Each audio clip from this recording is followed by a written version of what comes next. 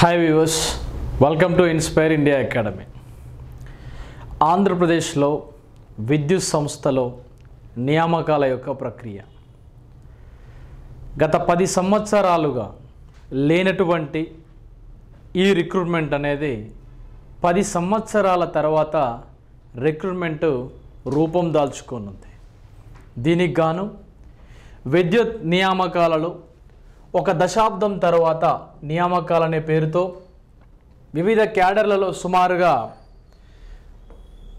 9,849 ఖాళీలు, భర్తీకి 75% ప్రభుత్వము అనుమతిని కూడా ఇవ్వడం జరిగింది అని నేను స్టేట్మెంట్ని ఇవ్వగానే చాలామంది ఏం చేశారండి అంటే ఈ పోస్టులు కొన్ని అమ్ముకుంటారు అని చెప్పారు. అమ్ముకోవడం అమ్ముకోకపోవడం సెకండరీ విషయం, చదవడం అనేది మరి ఒక విషయం. ఇంకొక అభ్యర్థి నాకేమని చెప్పాడంటే, సార్ నోటిఫికేషన్ వచ్చాక చూద్దాంలే అని చెప్పాడు. అంటే నోటిఫికేషన్ వచ్చాక చూసేది చేసేది ఏమీ ఉండదు. ఎందుకంటే మీకు ప్రిపరేషన్కి జస్ట్ 45 డేస్ టైం ఉంటుంది. 45 రోజుల్లో ఏం చదువుతావు, ఏ విధంగా చదువుతావు? ఇప్పుడున్నటువంటి కాంపిటీషన్లో ఈ 45 రోజుల సమయం నీకు ఏం సరిపోతుంది అనేది మీరే నిర్ణయించుకోవాలి. సార్ అంతకన్నా ఎక్కువ ఇస్తారు కదా అని. ఇటీవలి కాలంలో వచ్చినటువంటి ఫారెస్ట్ బీట్ ఆఫీసర్ లేదా ఫారెస్ట్ పోస్టులు చూస్తే ఎన్ని రోజుల సమయం ఇచ్చాడు? Just 45 days. అంటే మీరు ప్రిపరేషన్ చేయండి, ప్రిపరేషన్ కాండి. ఆ ప్రిపరేషన్కి మాత్రం ఎట్టి పరిస్థితుల్లో కూడా కాంప్రమైజ్ కావద్దు. ఈ రోజు నుంచే, ఈ క్షణం నుంచే మొదలెట్టండి. అప్పుడు కానీ మనం గట్టి కాంపిటీషన్ ఇచ్చిన వాళ్ళం అవుతాం. కాబట్టి మనం ఒకసారి పరిశీలిస్తే సుమారుగా వచ్చేటువంటి శాంక్షన్ పోస్టుల్లో దాదాపుగా 75% భర్తీ. అంటే సుమారుగా టెక్నికల్, నాన్ టెక్నికల్ విభాగానికి సంబంధించి ట్రాన్స్కో, జెన్కో మరియు డిస్కంల యొక్క వారీగా, జెన్కో ట్రాన్స్కో యొక్క ఖాళీల వారీగా మనం ఒకసారి చూస్తే గరిష్టముగా మనకి జూనియర్ లైన్మెన్ పోస్టులు ఇందులో 1700 వరకు ఖాళీలు ఉండబోతున్నట్టుగా మనకు ప్రాథమిక సమాచారం తెలిసింది. అంటే నోటిఫికేషన్ సిద్ధంగా ఉంది కనుక నోటిఫికేషన్ వచ్చాక చదువుతాం అనుకునే వాళ్ళకి నోటిఫికేషన్ వస్తుందని, నోటిఫికేషన్ రాకముందు చదివేటువంటి ఆస్పిరెంట్స్కి మీరు చేయవలసింది కొన్ని విషయాలు ఉంటాయి. ఏంటవి అంటే, ఫస్ట్ బుక్ యొక్క ప్రిపరేషన్. తెలుగు మీడియం అభ్యర్థులు చాలామంది ఉన్నారు, ఇంగ్లీష్ మీడియం అభ్యర్థులు తక్కువ సంఖ్యలో ఉన్నారు. ప్రస్తుతం మార్కెట్లో ఉన్నటువంటి పుస్తకాలు దాదాపుగా తెలుగు మీడియంలోనే లేవు. తెలుగు మీడియం అభ్యర్థులు చాలా ఎక్కువగా ఉన్నారు, ఇంగ్లీష్ మీడియం అభ్యర్థులు చాలా తక్కువగా ఉన్నారు అంటే పొరపాటే. ఎవరు ఏ అభ్యర్థులకైనా inspire India academy, inspire India publication ద్వారా junior linemen Telugu medium text బుక్ని, junior linemen English medium text బుక్ని మీకోసం అందించింది. ఇది నేను ఈ 2 రాష్ట్రాలకి పనికొచ్చే విధంగా, తెలంగాణ రాష్ట్రానికి మరియు ఆంధ్రప్రదేశ్ రాష్ట్రానికి ఎలక్ట్రికల్ ట్రేడ్ విభాగంలో ఉన్నటువంటి ఆస్పిరెంట్స్ అందరికీ పనిచేసే విధంగా ఈ టెక్స్ట్ బుక్ను రాయడం జరిగింది. ఈ బుక్లో మనం ఒకసారి హైలైట్ చూస్తే మనకి ఓవరాల్గా ఇందులో 24 చాప్టర్ల యొక్క విశ్లేషణ ఉంటుంది. అంటే తెలంగాణలో ఉన్నటువంటి 10 చాప్టర్లు, ఏపీలో ఉన్నటువంటి 24 చాప్టర్స్కి, 24 యూనిట్స్కి ఈక్వల్. ఎలా సార్ అంటే, ఒక ఏసీ మిషన్స్ అనేటువంటి టాపిక్ని తెలంగాణలో జస్ట్ మొత్తం కలిపి చదువుతాం. కానీ ఏపీకి వచ్చేవరకు 3 ఫేజ్ అని, సింగిల్ ఫేజ్ అని, సింక్రోనస్ అని, ఏసీ ఆల్టర్నేటర్స్గా మనం పిలుస్తూ ఉంటాం. ఈ విధంగా ఉంటుంది సిలబస్ అంతా. అందుకే మీరు చదివేటువంటి ఏ సీక్వెన్స్ని అయితే మీరు కోరుకుంటున్నారో ఆ సీక్వెన్స్ అంతా ఈ టెక్స్ట్ బుక్లో ఉంటుంది. గుర్తుపెట్టుకోండి, మీకు దగ్గరలో ఏపీలో ఉన్నటువంటి అన్ని బుక్ సెంటర్స్లో ఆ యొక్క టెక్స్ట్ బుక్స్ అనేవి అవైలబుల్గా ఉంచాను. ఆల్రెడీ ఒకసారి ఆ బుక్ సెంటర్కి వెళ్ళి మీరు కాల్ చేయండి. వీలైతే 6309398306కి కాల్ చేయండి. మీకు టెక్స్ట్ బుక్ ఎక్కడ ఉంది, ఏ లొకేషన్లో ఉందో చెప్పడం జరుగుతుంది. నెక్స్ట్ దాంతోపాటుగా English medium text book. English medium text book అనేది ఫ్రీ బుక్లెట్ అండి. ఈ ఫ్రీ బుక్లెట్ అనేది మీకు ప్రత్యేకంగా ఉచితంగా అందించడం జరుగుతుంది. ఈ బుక్లో ఇంపార్టెంట్ అయినటువంటి అన్ని అంశాలు AP EPDCL, AP CPDCL, AP SPDCL and ALP టెక్నీషియన్ని అన్నింటినీ జోడించి ఈ టెక్స్ట్ బుక్ని సిద్ధం చేయడం జరిగింది. కాబట్టి ఈ 2 టెక్స్ట్ బుక్స్ అమెజాన్లో అవైలబుల్గా ఉన్నాయి. ఈ 2 టెక్స్ట్ బుక్స్ ఏపీ తెలంగాణలో అన్ని బుక్ సెంటర్స్ లోపల దాదాపుగా అవైలబుల్గా ఉంచానని నేను అనుకుంటున్నాను. మేజర్ బుక్ సెంటర్స్కి వెళ్ళి మీరు జూనియర్ లైన్మెన్ టెక్స్ట్ బుక్ అనండి తెలుస్తుంది. ఆ బుక్ ఏ బుక్ ఎలా ఉంది, ఏముంది అందులో ఓపెన్ చేసి చూశాక మీరు తీసుకోండి. ఇది నేను ఇచ్చేటువంటి ఒక అంశం. నెక్స్ట్ దాంతోపాటుగా మరి ఈ జూనియర్ లైన్మెన్కి ఎవరెవరు ఎలిజిబుల్, దీనిలో ఒకసారి ఎలిజిబిలిటీ చూస్తే ఎవరైతే ఎస్ఎస్సి లేదా 10th క్లాస్ పాస్ అయి ఉండి దాంతోపాటుగా ఐటీఐ క్వాలిఫికేషన్తో ఎలక్ట్రికల్ ట్రేడ్ విభాగంలో, వైర్మెన్ విభాగంలో, ఇంటర్మీడియట్లో వొకేషనల్ కోర్స్ లేదా ఎలక్ట్రికల్ డొమెస్టిక్ అప్లయన్సెస్ చేసిన వాళ్ళు, లేదా రీవైండింగ్ చేసిన వారు, ఎలక్ట్రికల్ వైరింగ్ అండ్ కన్స్ట్రక్టింగ్ చేసిన వారు ఈడబ్ల్యూసి అని పిలుస్తారు. దీంతో పాటుగా ఎలక్ట్రికల్ వైరింగ్ అండ్ సర్వీసింగ్ చేసిన వారు, ఎలక్ట్రీషియన్ టెక్నీషియన్ విభాగంలో దీనికి సంబంధించి ఎవరెవరైతే ఈ సర్టిఫికెట్స్ కలిగి ఉన్నారో వాళ్ళందరూ కూడా ఎలిజిబుల్. సార్ ఎలిజిబిలిటీ ఉంది, మరి ఏజ్ ఎంత ఉంటుంది సార్? ఏజ్ అనేది 18 to 35 ఇయర్స్ ఉండాలి. నోటిఫికేషన్ ఇచ్చాక డేట్ మెన్షన్ చేస్తాడు, అప్పుడు మనం చూద్దాం. 18 నుంచి 35 సంవత్సరాల వయసు ఉండాలి. ఎస్సీ, ఎస్టీ, బీసీ అభ్యర్థులకి 5 ఇయర్స్ ఏజ్ రిలాక్సేషన్ అనేది ఉంది. 5 సంవత్సరాల వయో సడలింపు అనేది ఉండడం జరిగింది. లోకల్, నాన్ లోకల్ కేటగిరీ చూస్తే లోకల్ కేటగిరీ 80%, నాన్ లోకల్ కేటగిరీగా 20% అనేది గత రిక్రూట్మెంట్లో ఇవ్వడం జరిగింది. ఒకసారి దీని గురించి మనం నోటిఫికేషన్ వచ్చాక చూద్దాం. మరి సిలబస్ ఏంటి? సిలబస్లో ఫస్ట్ యూనిట్ వచ్చేసి ఫండమెంటల్ ఆఫ్ ఎలక్ట్రికల్ ఇంజనీరింగ్ అనేటువంటి టాపిక్. దీనిలో what is conductors, what is insulators, semi conductors అంటే ఏమిటి, దాంతోపాటుగా రెసిస్టెన్స్లు ఏమిటి, ఓమ్స్ నియమం అంటే ఏమిటి, ఇవన్నీ కూడా అడుగుతూ ఉన్నాడు. అంటే కొంచెం ఇన్డెప్త్గా ప్రిపేర్ అవ్వాలి. లాస్ట్ టైం ఇచ్చినటువంటి క్వశ్చన్ పేపర్ అనేది చాలా ఈజీగా ఇచ్చాడు, దీనికి ఇంకొంచెం డెప్త్ జోడించి మనం ప్రిపేర్ అవ్వాలి. Electrical current, conductors, semi conductors, insulators, electrical potential, resistance, laws of resistance, effects of temperature on resistance, ohm's law, resistance in series and parallel, series cum parallel and Kirchhoff law. Kirchhoff లాలో KVL law, KCL law యొక్క applications మనల్ని ఎగ్జామ్లో అడుగుతూ ఉంటాడు. ఇది ఒకటి అంశం.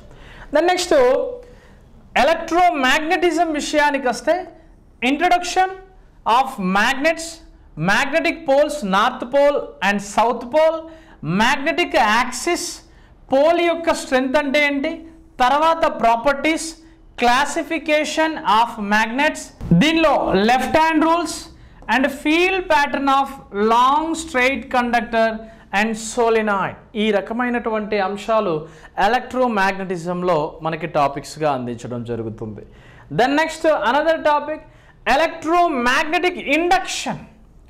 Electromagnetic induction విషయానికి వచ్చేవరకు ఫ్లెమింగ్ లాస్, లెంజ్ లాస్ వస్తూ ఉంటాయి, దాంతోపాటుగా ఫారడే లాస్ వస్తూ ఉంటాయి, దీంతోపాటు EMF, dynamically EMF values, induced EMF values, self inductance లాంటివి, మ్యూచువల్ ఇండక్షన్ లాంటివి మనం ఇందులో చూస్తాం.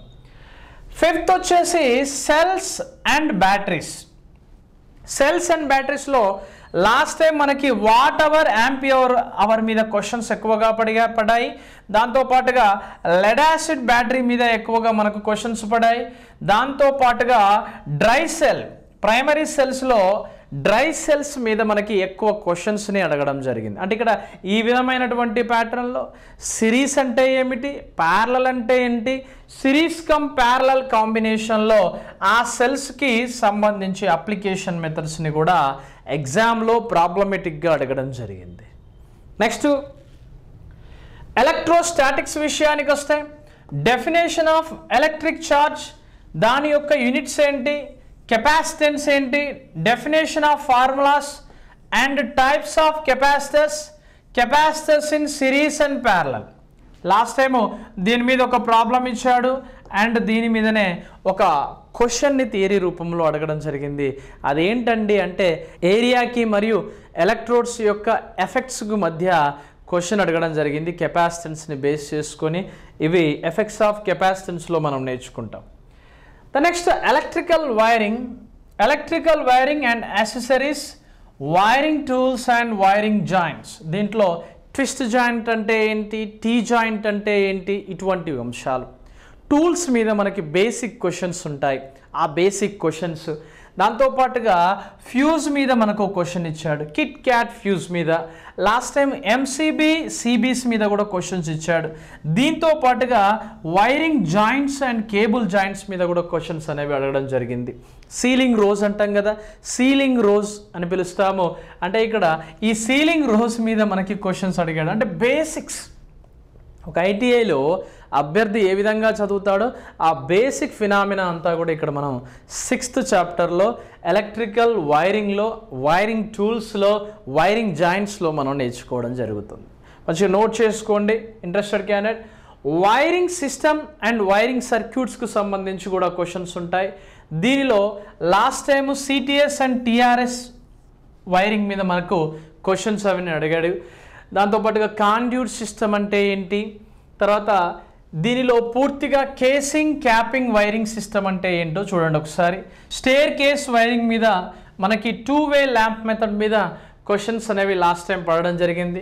ఫ్లోరసెంట్ ట్యూబ్స్ మీద మనకి అప్లికేషన్ మెథడ్స్లో వాటి డిఫరెంట్ టైప్ ఆఫ్ కలర్స్ అనేవి ఏ రకమైనటువంటి కెమికల్స్ని యాడ్ చేస్తే ఆ ట్యూబ్ లైట్ అనేది ఆయా కలర్స్ని బయటకు వెదజల్లిందని కలర్ కాంబినేషన్లో అడిగాడు.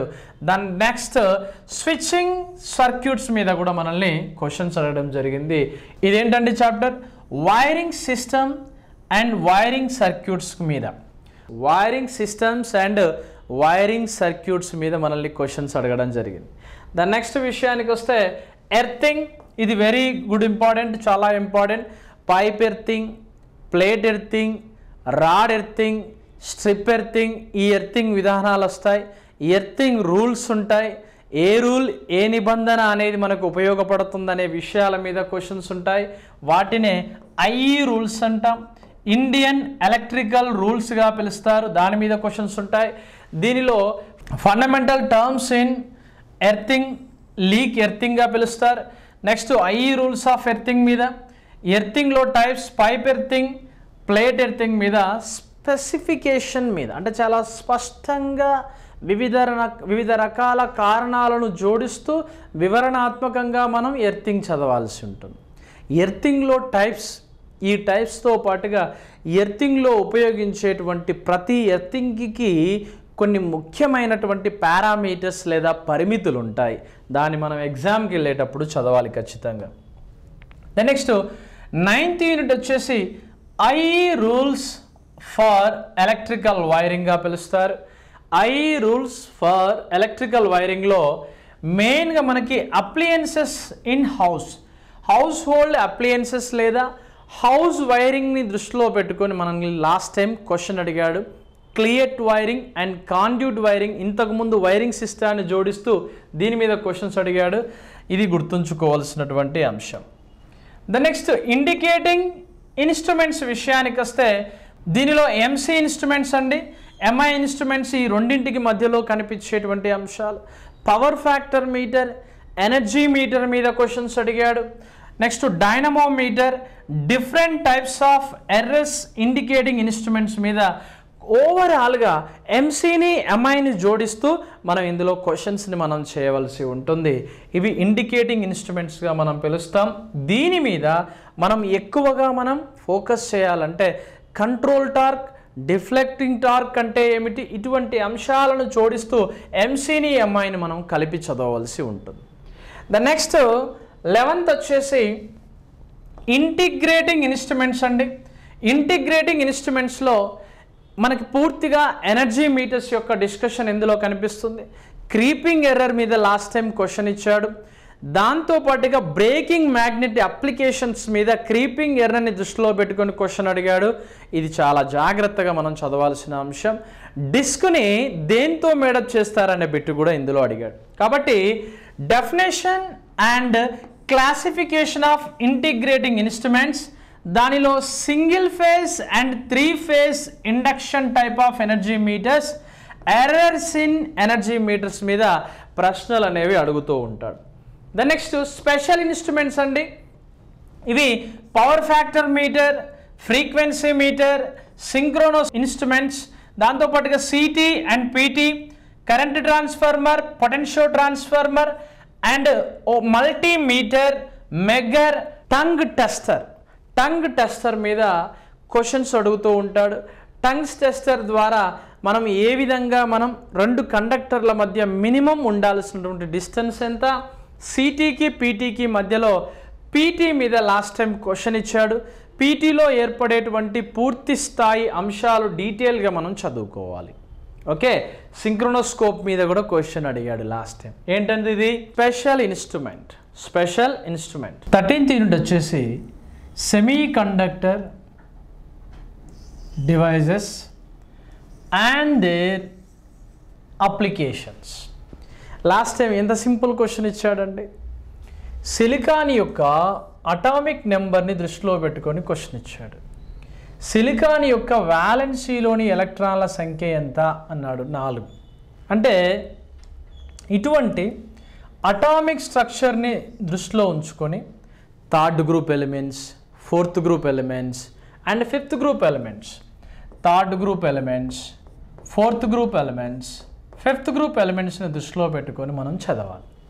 దాంతోపాటుగా P type and N type semi conductors గురించి డీటెయిల్ స్టడీ చేసి పిఎన్ జంక్షన్ని రూపొందించాక biasing and its characteristics of diodes, rectifiers మీద ఖచ్చితంగా క్వశ్చన్ అడుగుతాడు. హాఫ్ వేవ్ ఏంటి, ఫుల్ వేవ్ ఏంటి, బ్రిడ్జి రెక్టిఫైయర్ ఏంటి, దాని యొక్క పీక్ ఇన్వర్స్ వాల్యూస్ ఎలా మారుతూ ఉంటాయి, ప్రతిదీ కూడా మనం ఒక చార్ట్ రూపంలో చదువుకోవడం ద్వారా మంచిగా హెల్ప్ అవుతుంది. నెక్స్ట్ ట్రాన్సిస్టర్స్ టైప్స్, ట్రాన్సిస్టర్ యొక్క configuration, applications, next UPS system మీద క్వశ్చన్స్ అనేవి దీంట్లో పడతాయి. అలా అని మీరు యాంప్లిఫైయర్స్ కానీ ఆసిలేటర్స్ కానీ వదిలేయద్దు, అది కూడా నేర్చుకోవాల్సి ఉంటుంది. ఇది 13th chapter. Next 14th chapter వచ్చేసి డీసీ జనరేటర్. డీసీ జనరేటర్లో మెయిన్గా మనం మెయిన్గా మనం చదవాల్సింది ఆర్మేచర్తో పాటుగా దీనిలో మనం ఇంకా చదవాల్సింది ఈఎంఎఫ్ ఈక్వేషన్. ఈ ఆర్మేచర్ వైండింగ్లో 2 రకాల వైండింగ్లు ఉంటాయి. ప్రతిసారి బిట్ అడుగుతూ ఉంటాడు. ఒకటి ల్యాప్ వైండింగ్, రెండవది వేవ్ వైండింగ్గా పిలుస్తారు. దీన్ని ప్యారలల్ వైండింగ్గా కూడా పిలవచ్చు. ల్యాప్ వైండింగ్ని, వేవ్ వైండింగ్ని సిరీస్ వైండింగ్ అని కూడా పిలుస్తారు. ఇది మనం గుర్తుంచుకోండి. లాస్ట్ టైం దీని మీద 2 సార్లు, అంటే మొన్న రాసినటువంటి ఎగ్జామ్లో దీని మీద రిపీటెడ్గా 2 సార్లు బిట్ వచ్చింది. దీంతో పాటుగా induced EMF and it's nature, construction of DC generator. పూర్తి డీసీ జనరేటర్ యొక్క కన్స్ట్రక్షన్ చదవాలి. అంటే పోల్స్, దాంతోపాటు పోల్ షూ, వైండింగ్ విధానాలు, కమ్యూటేటర్ సెగ్మెంట్స్, బ్రషెస్, ఇవన్నీ కూడా కంప్లీట్గా డీటెయిల్గా మనం చదవలసి ఉంటుంది 14th. దాంతోపాటు జనరేటర్ యొక్క టైప్స్ చదవాలి. జనరేటర్స్ అనేవి 2 రకాలుగా ఉంటాయి. ఒకటి మనం చూస్తే separately excited and self excited అని, ఈ 2 కేటగిరీని బేస్ చేసుకొని మనం చదవాల్సి ఉంటుంది. సపరేట్లీ ఎగ్జైటెడ్ అనేది సింగిల్ టైప్ ఉంటే సెల్ఫ్ ఎగ్జైటెడ్ అనేది మళ్ళీ తిరిగి 3 టైప్స్ ఉంటుంది. ఒకటి సిరీస్ అండి, 2 షంట్, మూడవది ఏంటండి అంటే కాంపౌండ్ జనరేటర్స్గా పిలుస్తారు. ఒకసారి మీరు ఈ డీసీ జనరేటర్ల మీద కనుక ఫోకస్ చేసి చదివితే ఆటోమేటిక్గా మీకు డీసీ మోటార్స్ కూడా ఈజీ అవుతుంది. ఈ యొక్క కాన్సెప్ట్ని ఈ 14th చాప్టర్లో కొంచెం జాగ్రత్తగా నేర్చుకోండి. ప్రతి బిట్టు కూడా ఎక్సలెంట్గా దీంట్లో ప్రిపేర్ చేయించి మీకోసం రెడీ చేసి పెట్టాను. విత్ ఎక్స్ప్లెనేషన్ కూడా అందులో మీకు కనిపిస్తూ ఉంటుంది. మీరు ఆన్లైన్ కోర్స్ తీసుకోవాలంటే జస్ట్ ఎంత పే చేయండి, 1999 రూపీస్కే మీకు ఆన్లైన్ కోర్స్ అనేది మీకోసం ఇస్తారు. ఆఫ్లైన్ కోర్స్ అనేది అతి త్వరలో విజయవాడలో స్టార్ట్ అవుతుంది. అనదర్ క్లాసెస్ అనేవి కర్నూలు మరియు విజయవాడలో మన క్లాసెస్ అనేవి స్టార్ట్ కాబోతున్నాయి ఆఫ్లైన్. ప్రస్తుతం ఆన్లైన్ తీసుకునేవారు ఆన్లైన్ తీసుకోండి. నెక్స్ట్ లేదు సార్ నాకు పూర్తి లైవ్ క్లాస్ కూడా కావాలి అంటే మీకు అన్ని టాపిక్లకు సంబంధించిన లైవ్ ఎక్స్ప్లెనేషన్ ప్రతిరోజు మీరు వింటే జస్ట్ మీరు పే చేయాల్సిందల్లా 3999 రూపీస్కి మీకు పూర్తి లైవ్ క్లాసులు అనేవి అందులో మీకోసం అందించడం జరుగుతుంది. Wish you all the best. Text books ఉన్నాయి, ఆన్లైన్ క్లాసెస్ ఉన్నాయి, ఆఫ్లైన్ క్లాసెస్ కూడా విజయవాడ మరియు కర్నూలులో 2 చోట్ల కూడా స్టార్ట్ అవబోతున్నాయి ఏపీకి సంబంధించి. డీసీ మోటార్స్ అనేది 15th చాప్టర్ అండి. దీనిలో ప్రిన్సిపల్ ఆఫ్ వర్కింగ్, దాంతోపాటుగా types of DC Motors, series and shunt compound Motors, దీంతో స్పీడ్ కంట్రోల్ టెక్నిక్స్ మీద ఎక్కువ ఫోకస్ చేయండి. నెక్స్ట్ దీని మీద మీరు లాస్ట్ టైం ఎగ్జామ్లో మనకి పాయింట్ స్టార్టర్ మీద అడిగాడు, స్టార్టర్స్ మీద ఎగ్జామ్లో క్వశ్చన్ అడిగాడు డీసీ మోటార్స్లో. అంటే మీరు డీసీ జనరేటర్స్ కనుక చదివితే అదే కాన్సెప్ట్తోని డీసీ మోటార్ కూడా మీరు చదవచ్చు. ఓకే, చలో next AC fundamentals and it's circuits. ఇవన్నీ కూడా ప్రతిదీ కూడా ఒక్కొక్క టాపిక్ అనేది ఒక్కొక్క ప్రాక్టీస్ పేపర్ రూపంలో మీకోసం యాప్లో మేము పొందపరచడం జరిగింది. అంటే మీరు చేయవలసిందల్లా ఏంటండి అంటే క్లాసెస్ వినాలి, దానితో పాటుగా ప్రతిరోజు టెస్ట్ రాయాలి, దాని యొక్క లైవ్ ఎక్స్ప్లెనేషన్ కూడా అదే రోజు వినాలి. ఇలా మల్టిపుల్గా ప్రాక్టీస్ చేసినప్పుడే మనం సక్సెస్ కావడానికి అవకాశం ఉంటుంది, లేకపోతే ఇబ్బంది పడడానికి ఆస్కారం ఉంటుంది. ఓవరాల్గా ప్రతి టెస్ట్ అనేది డైలీ టెస్ట్ అనేది 25 బిట్స్ వరకు మీకోసం ప్రొవైడ్ చేయడం జరిగింది. 25 బిట్స్ అండ్ 25 మినిట్స్లో మీరు రాయవలసి ఉంటుంది. Okay, next AC fundamentals and circuits. AC fundamentals and సర్క్యూట్స్లో సాధారణంగా ఎక్కువ బేసిక్స్ మీద మనల్ని అడుగుతూ ఉంటాడు. ఏంటంటే ఆల్టర్నేటింగ్ కరెంట్స్కి వోల్టేజ్, డిఫరెంట్ వేవ్ ఫామ్స్కి సైకిల్ అంటే ఏంటి, టైం పీరియడ్ అంటే ఏంటి, ఫ్రీక్వెన్సీ అంటే ఏంటి, యాంప్లిట్యూడ్ అంటే ఏంటి, ఇన్స్టానియస్ వాల్యూస్ అంటే ఏంటి, maximum and average RMS values అంటే ఏంటి, next voltage and current, form factor, peak factor, next phasor representation of AC and phase difference of AC power factor మీద క్వశ్చన్స్ అడుగుతాడు. నెక్స్ట్ సింగిల్ ఫేజ్ ఏసీ మీద, pure resistive and inductive capacitive circuits, current voltage phasor diagrams మీద, power factor AC మీద, RC RLC మీద, RL circuits, RC circuits, RLC circuits మీద, next power factor, తర్వాత polyphase circuits, advantages of polyphase, overall single phase, star and delta connections, తర్వాత voltage current relation, star connection, delta connection, mesh connection, 3 phase power equations మీద AC fundamentals and circuits మీద మనకి ప్రశ్నలు అనేవి పడుతూ ఉంటాయి. Just కొంచెం డీటెయిల్గా చదవండి, మీకే అర్థమైపోతుంది. నెక్స్ట్ ట్రాన్స్ఫార్మర్ విషయానికి వస్తే, ట్రాన్స్ఫార్మర్లో చాలా ఇంపార్టెంట్ టాపిక్, మంచి వెయిటేజ్తో కూడుకున్నటువంటి టాపిక్. దీనిలో మనకి ఎక్కువగా లాస్ట్ టైము మనం తీసుకున్నప్పుడు N1 N2 టర్న్స్ని బేస్ చేసుకొని వోల్టేజ్ని ఎలా ఫైండ్ అవుట్ చేయాలి అని అడిగాడు.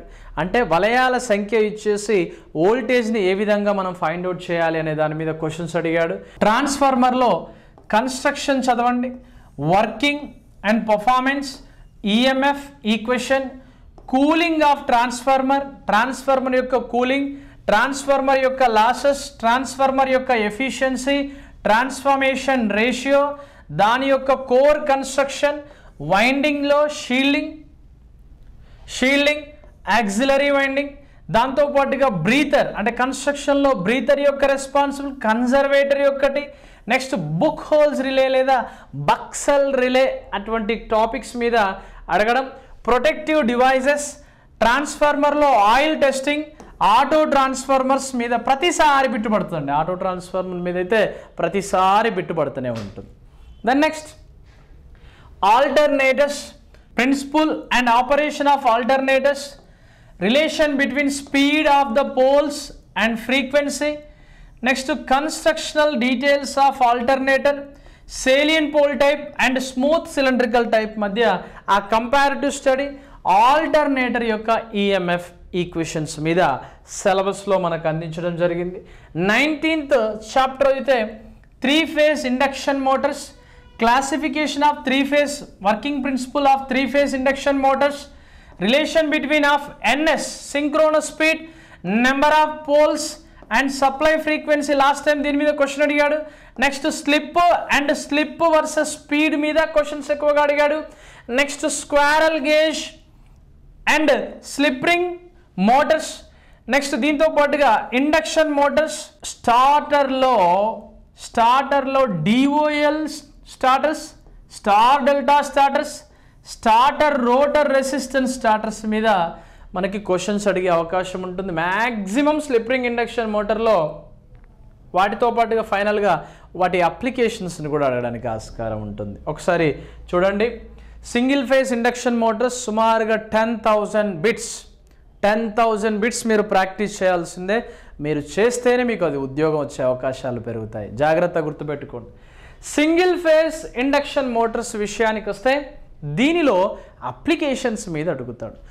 వాట్ ఈస్ యూనివర్సల్ మోటార్, దాంతోపాటుగా యూనివర్సల్ మోటార్ అంటే ఏంటి, స్ప్లింట్ ఫేజ్ మోటార్ అంటే ఏంటి, కెపాసిటర్ మోటార్ అంటే ఏంటి, capacitor start, capacitor run motor.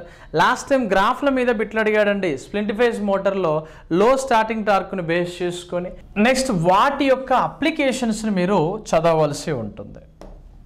The next 21 generation of power. ప్రతిసారి మీరు ఏపీ రాసినా తెలంగాణ రాసినా ఖచ్చితంగా బిట్టుబడుతూ ఉంటుంది. జనరేషన్ ఆఫ్ పవర్, దీనిలో పూర్తిగా ఎలక్ట్రికల్ జనరేషన్ 2 రకాలుగా జరుగుతుంది. ఏంటది, కన్వెన్షనల్ ఎనర్జీ సోర్సెస్ ఏంటి, నాన్ కన్వెన్షనల్ ఎనర్జీ సోర్సెస్ అంటే ఏంటో అడుగుతాడు.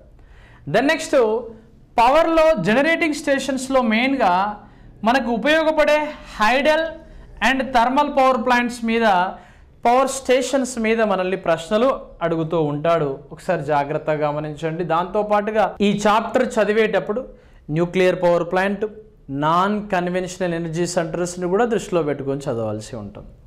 లాస్ట్ టైం దీని మీద పడింది క్వశ్చన్. ఈ 2 రిలేషన్స్ని పట్టుకొని క్వశ్చన్ అడిగాడు. నెక్స్ట్ 22ది transmission and distribution of power. దీనిలో మనకి అన్ని అంశాలు వస్తూ ఉంటాయి. పూర్తిగా ఇన్సులేటర్ల మీద క్వశ్చన్స్ అడుగుతూ ఉంటాడు, కండక్టర్స్ మీద అడుగుతూ ఉంటాడు, సబ్స్టేషన్స్ మీద, సబ్స్టేషన్లో ఉపయోగించే ట్రాన్స్ఫార్మర్ మీద, వాటితో పాటు ఆర్ఎస్ఎస్ మీద, నెక్స్ట్ ఫ్యూజ్ సిస్టమ్ మీద కూడా మనల్ని క్వశ్చన్స్ అడుగుతూ ఉంటాడు. Switch system, fuse system, circuit breaker. Last time ఎగ్జామ్లో SF6 సర్క్యూట్ బ్రేకర్ మీద క్వశ్చన్ అడిగాడు. అంతకుముందు ఎగ్జామ్లో ఒకసారి SF6 అడిగాడు, అంతకుముందేమో VCB అడిగాడు, వాక్యూమ్ సర్క్యూట్ బ్రేకర్ మీద క్వశ్చన్ని అడగడం జరిగింది. ఇవంతా కూడా పూర్తి డీటెయిల్ ఆఫ్ సిలబస్ యాప్లో అవైలబుల్గా ఉంది. మీరు చేయవలసిందల్లా ఏంటంటే కొంచెం జాగ్రత్తగా ఉండి ప్రిపరేషన్ని కొంచెం స్పీడప్ చేయడం అంతే. చేయాలి, ప్రాక్టీస్ బిట్లు చేయాలి. అంటే మీరు చదువుతూనే ఉండాలి. అంటే 10 సంవత్సరాల తర్వాత వచ్చిన రిక్రూట్మెంట్ అంటే ఎంత కాంపిటీషన్ ఉంటుంది. అంత కాంపిటీషన్ని మనము ఫేస్ చేయాలంటే క్లాసెస్ని రెగ్యులర్గా వినాలి. దాంతోపాటుగా ప్రాక్టీస్ బిట్లు చేయాలి. ఒక్కొక్క లెసన్లో ఒక్కొక్క ప్రాక్టీస్ బిట్లు ఒక్కొక్క రకంగా అడుగుతూ ఉంటాడు. వాటిని ఐడెంటిఫై చేసి సిలబస్లో స్కోరింగ్ని పెంచుకునే అవకాశాన్ని ఉంచుకోవాలి. అలా చేసినప్పుడే మనం ఫుల్ ఫ్లెడ్జ్డ్గా మనం మంచి కాంపిటీషన్ ఇవ్వడానికి అవకాశం ఉంది. Next planning, estimation, costing of wiring. ఈ కాన్సెప్ట్ అనేది వెరీ ఇంపార్టెంట్. దీనిలో మనకి పూర్తిగా కంట్రోల్ ప్యానల్ అండ్ ఎలిమెంట్స్, దాని యొక్క స్పెసిఫికేషన్స్, కాన్సెప్ట్, నెక్స్ట్ మేజర్గా మనం ఇక్కడ ఎస్టిమేషన్ అండ్ కాస్టింగ్ మీద లాస్ట్ టైం క్వశ్చన్స్ పడ్డాయి. Preparation of complete house wiring layout and industrial wiring మీద మనల్ని స్వాగ్ అంటే ఏంటి, ఎస్డబ్ల్యూజీ స్టాండర్డ్ వైర్ గేజ్, అది ఏ మోటార్కి ఎలా వాడాలి, సింగిల్ ఫేజ్లో ఏ గేజ్ వాడవలసి ఉంటుంది, ఇటువంటి బేసిక్ క్వశ్చన్స్ని కూడా దీంట్లో అడిగాడండి. దెన్ నెక్స్ట్ ఎలిమినేషన్ విషయానికి వస్తే ఎలిమినేషన్లో మొత్తం ఓవరాల్గా బల్బుల మీద క్వశ్చన్స్ ఉంటాయి. సోడియం వేపర్ ల్యాంప్ యొక్క ల్యూమెన్ పర్ వాట్ సామర్థ్యం ఎంత అని అడిగాడు అంతకుముందు. దాంతోపాటుగా ఇక్కడ మన ఫ్లోరసెంట్ ట్యూబ్ లైట్ ఉంది కదా, దీని మీద మనల్ని క్వశ్చన్ అడిగాడు. అంటే అవి ప్రదర్శించేటువంటి రంగులు ఒక్కొక్క కెమికల్ ఎన్విరాన్మెంట్లో ఒక్కొక్క రంగుని ప్రదర్శిస్తాయి, అలా క్వశ్చన్ అడిగాడు. నెక్స్ట్ మెర్క్యూరీ వేపర్ ల్యాంప్స్ మీద మనల్ని అడగడానికి ఆస్కారం ఉంటుంది. ఈ సోడియం వేపర్ ల్యాంప్స్ మీద ఆల్రెడీ క్వశ్చన్ అడిగాడు. ఇక్కడ ఈ విధంగా వివిధ రకాలైనటువంటి అప్లికేషన్స్లో ఎలిమినేషన్లో మెయిన్స్గా అవైలబిలిటీ ఆఫ్ కలర్స్, అవి ప్రదర్శించేటువంటి రంగుల మీద ఈ 24 చాప్టర్స్ అనేవి ఉండడం జరిగింది. ఈ 24 చాప్టర్స్ అనేవి మీకు ఫుల్ ఫ్లెడ్జ్డ్ వీడియోస్ రూపంలో మీకు యాప్లో అవైలబుల్గా ఉన్నాయి. నేను మళ్ళీ చెప్పేది ఏంటండి అంటే ఏపీలో ఖచ్చితంగా గుర్తుపెట్టుకోండి, ఏపీలో మీరు జేఎల్ఎంగా మీకు ఉద్యోగ అవకాశాలు రావాలి అని అంటే మీరు ఫస్ట్ వన్ చేయవలసింది రెగ్యులర్గా డైలీగా మీరు క్లాసెస్ వినడం, డైలీ క్లాసెస్ వినడం. దానితో పాటుగా మన దగ్గర ఉన్న ఆన్లైన్ కోర్సు అనే దాన్ని మీరు పర్చేజ్ చేయండి. అది కేవలం 1999 రూపీస్కే మీకు అందించడం జరుగుతుంది. దీనిలో టెస్ట్ సిరీస్లు, ప్రీవియస్ బిట్లు కూడా అందించడం జరిగింది. వాటితో పాటుగా సార్ నాకు ఆన్లైన్లోనే లైవ్ క్లాస్ కావాలి అనుకుంటే మీరు 3999 రూపీస్ మీరు పే చేయాల్సిందే. మీకు ఏపీకి సంబంధించి ప్రత్యేకమైనటువంటి టెస్ట్ సిరీసెస్ కూడా అవైలబుల్గా ఉన్నాయి. ఇది కూడా మేము చదివాము, ఫుల్ ఫ్లెడ్జ్డ్గా మేము పక్కా ఉద్యోగం కొట్టబోతున్నామని మీకు కనుక అనిపిస్తే 1499 రూపీస్ అనేది మీరు ఈ టెస్ట్ సిరీస్లు విత్ ఎక్స్ప్లెనేషన్ కూడా ఉంటుంది. ఇందులో మీరు ఏ కోర్స్ అయినా తీసుకోవచ్చు. టెక్స్ట్ బుక్స్ కూడా అవైలబుల్గా ఉండడం జరిగింది. ప్రతి ఒక్క యాస్పిరెంట్కి నేను చెప్పేది ఏంటంటే చదవంది అయితే ఎవరికి ఉద్యోగం రాదు, చదివితేనే ఉద్యోగం వచ్చే అవకాశాలు తక్కువరా బాబు అంటే చదవంది మాత్రం ఎవరికి రాదు. ఇంకొంతమంది ఏమంటారు, నోటిఫికేషన్ వచ్చాక చూద్దాంలే అంటారు. నోటిఫికేషన్ వచ్చాక నువ్వు చూసేది చేసేది ఏమీ ఉండదు. నోటిఫికేషన్ రాకముందుకే ప్రిపేర్ అయితే అప్పుడు నీకు మంచి రిజల్ట్ రావడానికి అవకాశం ఉంటుంది. నా విషయాలన్నీ కూడా ఆణిముత్యాలు లాంటి విషయాలు జ్ఞప్తికి తెచ్చుకొని ప్రిపరేషన్ని స్ట్రాంగ్ చేసుకోండి. చదవడం వల్ల చెడిపోయినోడు ఈ ప్రపంచంలో ఎవ్వడూ లేడు. Be positive, stay tune, good by.